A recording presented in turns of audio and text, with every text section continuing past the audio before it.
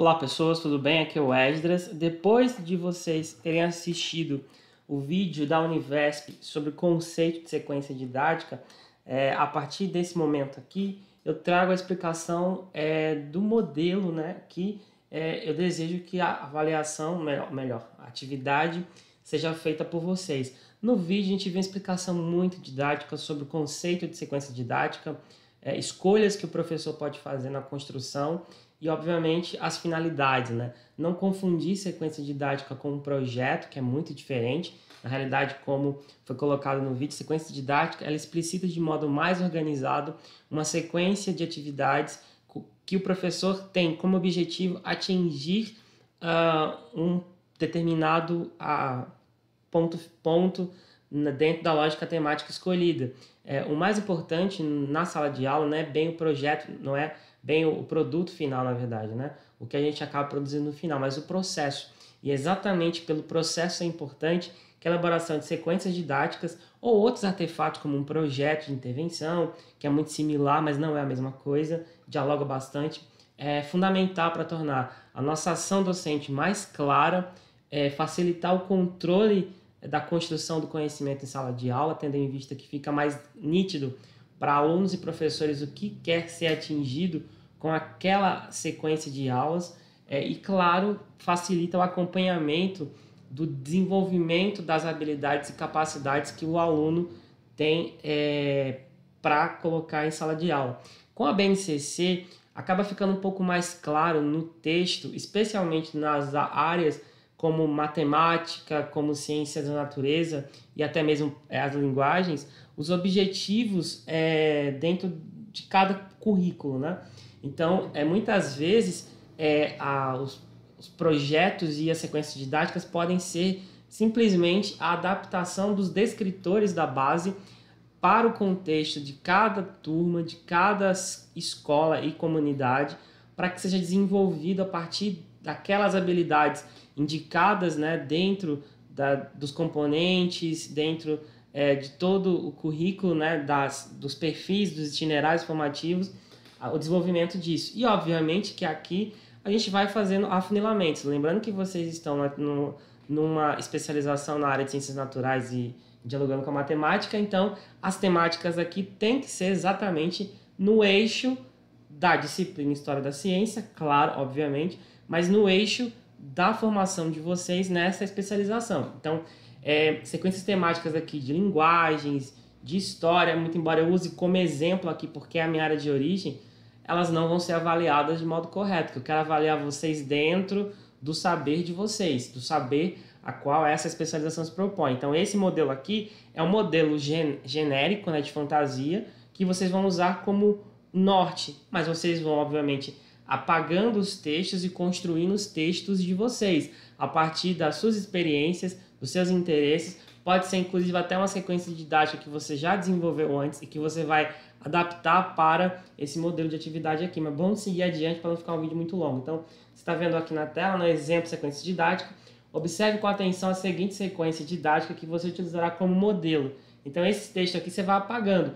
Recomendo, obviamente, que você vá deixar os títulos, tá? No caso, aqui o título, mas deixar para ficar mais fácil. Dessa maneira, para tornar mais visível. Então, deixa lá o título, escolhido, né, o tema da sequência didática.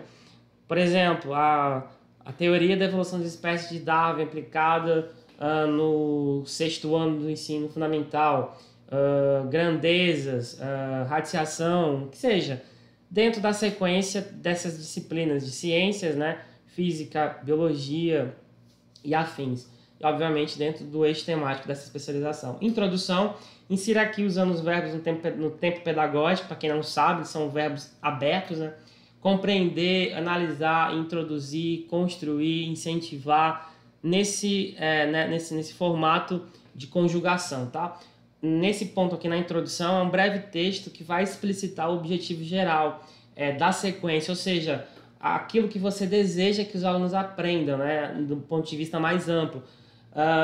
Por exemplo, poderia colocar aqui, para usar o exemplo que eu até usei mais adiante, incentivar os alunos a desenvolver conhecimento acerca dos processos do desenvolvimento da escravidão moderna, das relações comerciais entre a Europa, a América e a África nos séculos XVI e XVII. De modo geral, quero que os alunos entendam os processos de construção de escravidão. Então, aqui a gente coloca dessa maneira para ficar mais explícito. Objetivos de aprendizagem são os famosos objetivos específicos, né? Então, vocês vão colocar aqui 2 objetivos menores, né, dentro da temática maior, que você quer que o aluno desenvolva. Por exemplo, o aluno desenvolva o conhecimento acerca dos processos da adaptação das espécies, e o outro objetivo, entender as polêmicas nas quais a teoria da evolução das espécies está envolvida.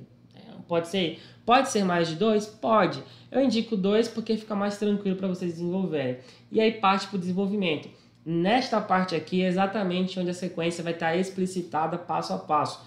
E aí, né, você vai inserir a quantidade de aulas de modo sequencial e explicativo, durante a qual você irá desenvolver o processo sugerido. Veja o exemplo a seguir para uma sequência didática cujo tema é o comércio de escravizados pelo Atlântico, sendo que a primeira aula da sequência foca no conceito moderno de escravidão. Então, para fazer parte, né, dessa temática mais ampla, a gente introduz, no caso aqui, lembrando que isso aqui é um exemplo da minha área, vocês não vão colocar exemplos de história, estou colocando aqui para ficar mais aclarado, e é uma área que eu me sinto mais confortável em desenvolver uma perspectiva. Então, ó, aula 1, duração, cerca de 45 minutos, no caso 50 minutos em outras redes, né? O local, sala de aula, outro local com projetor, com acesso à internet. No caso aqui estou colocando específico para essa área, né? Organização dos alunos sentados com suas carteiras viradas para onde a animação e as imagens serão mostradas, né? Recursos, material necessário, projetor multimídia com conexão à internet. E aqui temos 3 materiais de referência, ou seja, a gente tem uma animação interativa sobre as rotas atlânticas de escravidão, uma imagem de um navio negreiro, né, uma gravura basicamente, e um mapa mundi exatamente mostrando essas relações comerciais. Então, essas 3 fontes, esses 3 materiais são usados durante essa primeira aula para introduzir esse conceito moderno de escravidão dentro da lógica comercial, mercantilista dos séculos XVI e XVII, na relação continental triangular entre Europa, África e Ásia e América. Então, essa aula introduziria a temática mais ampla que exatamente está colocada aqui, tá? Então, aí na sequência, né, a descrição da aula, você vai elaborar uma breve narrativa, deixa eu corrigir aqui. A gente faz igual o Faustão, se vira nos 30, né? Opa, como conseguimos. Elabora mesmo, tá correto, mas elabore fica mais bonitinho. Elabore uma breve narrativa como você irá abordar a temática e trabalhar os materiais sugeridos para introduzir a questão. Então, vou entrar na sala de aula, vou começar a conceituar a partir do uso do primeiro vídeo, etc, etc e tal. Na sequência, solicitarei que os alunos analisem comigo o segundo material, que vem a ser uma gravura de um navio negreiro. E aí você desenvolve a questão e, por fim, ao final, demonstrando a quantitativa de rotas dos navios negreiros no Atlântico a partir desse mapa mundi daquela época. Então, a gente tem aqui a introdução e o trabalho sequencial descrito nessa sequência. Inclusive, esse tipo de documento é muito importante também para os alunos saberem o que estão fazendo. Porque muitas vezes a gente chega na sala de aula e os alunos literalmente não sabem o que a gente quer.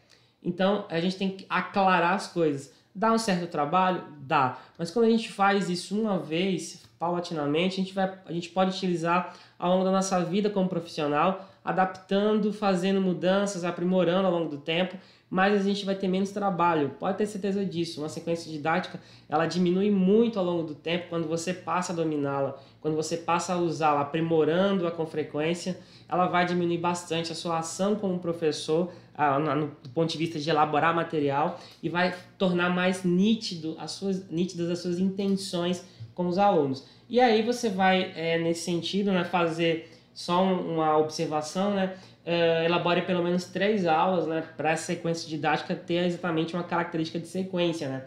E para cada uma dessas aulas indique um formato de avaliação. Você quer que o aluno termine ao final, faça um texto, quer que ele faça um questionário? Geralmente são avaliações mais curtas, nas quais o aluno ele vai desenvolver e revisitar as ideias que ele trabalhou ao longo dessa aula que você ministrou.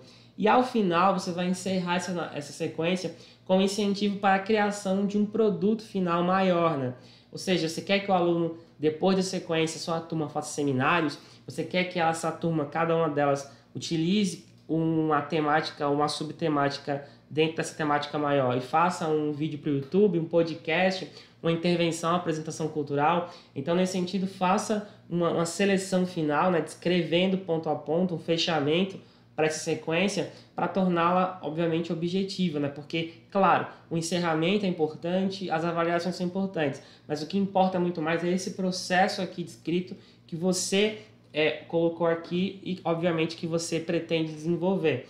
Essa atividade ela vale 50 pontos. Relembrando que foi dito na nossa aula, o prazo final é 26 desse mês, tendo em vista que é o meu prazo final de entrega da nota.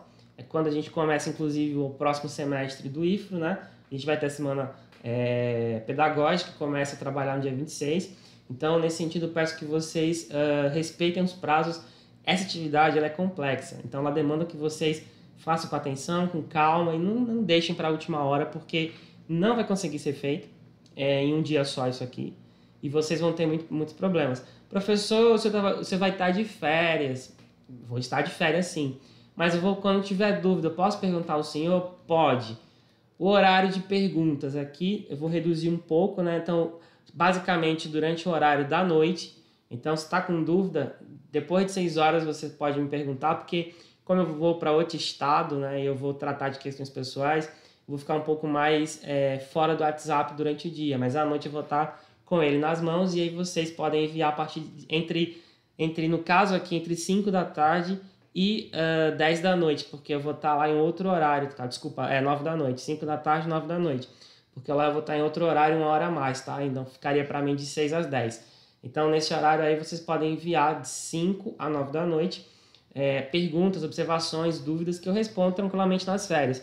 Agora eu peço que vocês falem o nome de vocês, facilite o trabalho, porque às vezes vocês mandam a dúvida, eu não sei quem é. Então, manda o nome primeiro, pessoas, eu estou falando de tal, da turma de especialização do IFRO, eu estou com dúvida em relação a isso, tudo bem? Então, sem nenhum tipo de problema, estamos de férias, mas a gente sabe, professor de férias ele não fica, e vocês, inclusive, acho que nem todos também estão de férias, né? Então é isso, pessoal. Recomendo que vocês façam com calma, com tranquilidade, é uma atividade muito tranquila, bota em prática exatamente essa atuação de professor, coloque em prática o que a gente viu em História da Ciência nessas 2 semanas e, claro, principalmente incentiva a olhar a sala de aula com um olhar um pouco diferente, tá? Então é isso. Agradeço a atenção de todos, né? Foi muito bom conhecer vocês. A gente vai se falando ao longo desses dias, tá? Abração.